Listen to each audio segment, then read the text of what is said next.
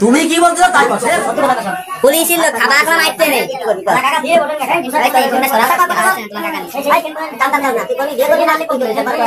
করেছে। সুপ্রিয় দর্শক শ্রোতা, আসসালামু আলাইকুম। দেশে এবং প্রবাসে দূরে যেখান থেকে আজকের এই ভিডিওগুলো দেখার জন্য প্লে করেছেন, সবাইকে আন্তরিক শুভেচ্ছা অভিনন্দন। দর্শক শ্রোতা, শুরু থেকে কয়েকটি ভিডিও ক্লিপের অংশ দেখেছেন, হয়তো আপনারা বুঝতে পারেন নাই। ঘটনাটি বুঝবেন, কয়েকটি কথা বলবো আপনাদের সাথে, ধৈর্য সহকারে কথাগুলো শুনবেন একটু।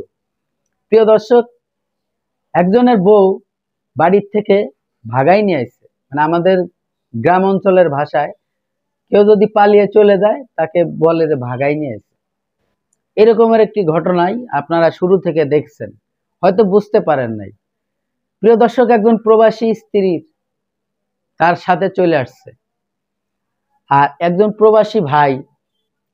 প্রবাসী ভাই সেই জানে যে কতটা কষ্ট, কতটা জ্বালা, কতটা যন্ত্রণা নিয়ে এই নিজের পরিবারকে ছেড়ে, মা বাবা ভাই বোনকে, নিজের রক্তের আত্মীয় স্বজনকে এই দেশে রেখে ওই প্রবাস জীবন কাটাইতেছে। কিসের জন্য? তার স্ত্রী সন্তানদের ভালো রাখার জন্য, আগামী দিনগুলো একটু ভালো থাকবে, একটু পরিবারকে একটু সুখ শান্তি দেওয়ার জন্য সেই ওই দূর দেশে চলে গেছে। আর সেই সুযোগে এই ধরনের কিছু দুধ চরিত্র মহিলারা আছে, তাদের জন্য প্রবাসীদের বদনাম হয়, আর তাদের জন্যই প্রবাসীদের স্ত্রীদের বদনাম হয়। সবাই কিন্তু এক না, সবাই খারাপ না, আমি সবাইকে খারাপ বলতেছি না। এই যে দুর্চরিত্র যে মহিলারা নিজেকে যে নিজে কন্ট্রোল করতে পারে না, কেন সেই স্বামীকে সে প্রবাসে পাঠাইতে হবে?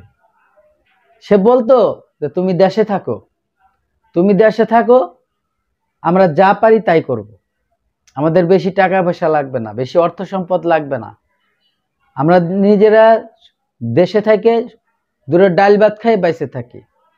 আর এতই যদি যৌবনের চাহিদা পূরণ করতে হবে, তাহলে প্রবাসে স্বামীকে কেন পাঠাইছেন?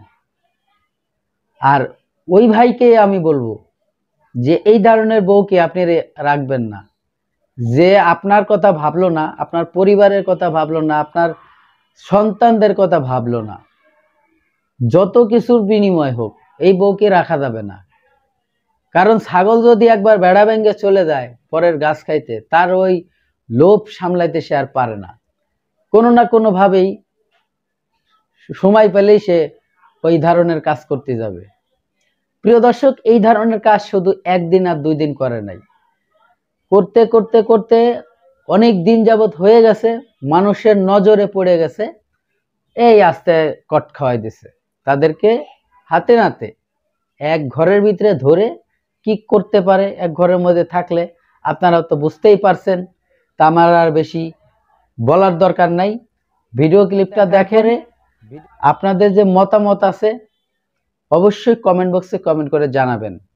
আর অবশ্যই এই ভিডিওটি যদি কোনো প্রবাসী ভাই থাকেন দেখেন, আমি জানি আমার এই ভিডিওগুলো প্রবাসী ভাইরা দেখেন। অনেক সময় অনেক ভাই কমেন্ট করেন যে ভাই সত্য কতটুক? ভাই সত্য কোনো ঘটনা না হইলে আপনাদের সাথে শেয়ার করি না। তবে সবশেষে একটি কথাই বলবো যে আপনাদের স্ত্রী সন্তানদের খোঁজ খবর রাখবেন, আর বিশেষ করে একা রেখে যাবেন না। মা বাবার কথা শুনে, শ্বশুর শাশুড়ির কথা শুনে একা রেখে যাবেন না, অবশ্যই পরিবারদের সাথে রাখবেন। প্রিয় দর্শক, চলুন সেই গুরুত্বপূর্ণ ভিডিওটি দেখে আসি। আর ভিডিওতে যাওয়ার আগে ছোট্ট করে একটি রিকোয়েস্ট করব দর্শক, আপনি যদি আমার এই চ্যানেলে নতুন বন্ধু হয়ে থাকেন, ভালো লাগলে চ্যানেলটিকে সাবস্ক্রাইব করে রাখবেন। আর অলরেডি যারা সাবস্ক্রাইব করে রাখছেন তাদেরকে অসংখ্য অসংখ্য ধন্যবাদ। তুমি কি বলছো তাই করবে না, ও কইছে এবার এর কাছে শোনে। তুই কি করবিস? পুলিশের লোক খাবার মাইতে নেই।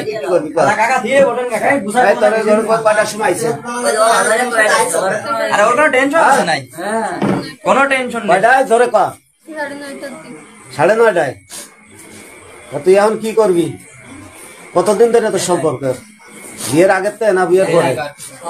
বিয়ের আগে তো কইছিল কিন্তু আমি রাজি হচ্ছিলাম না বিয়েতে। বিয়ের আগের থেকে কইছিল কিন্তু তুই রাজি হয়েছিলি না। তা তুই এখন নিয়ে আসলি, তোর সাহসটা কত বড়? এখন তুই কি করবি?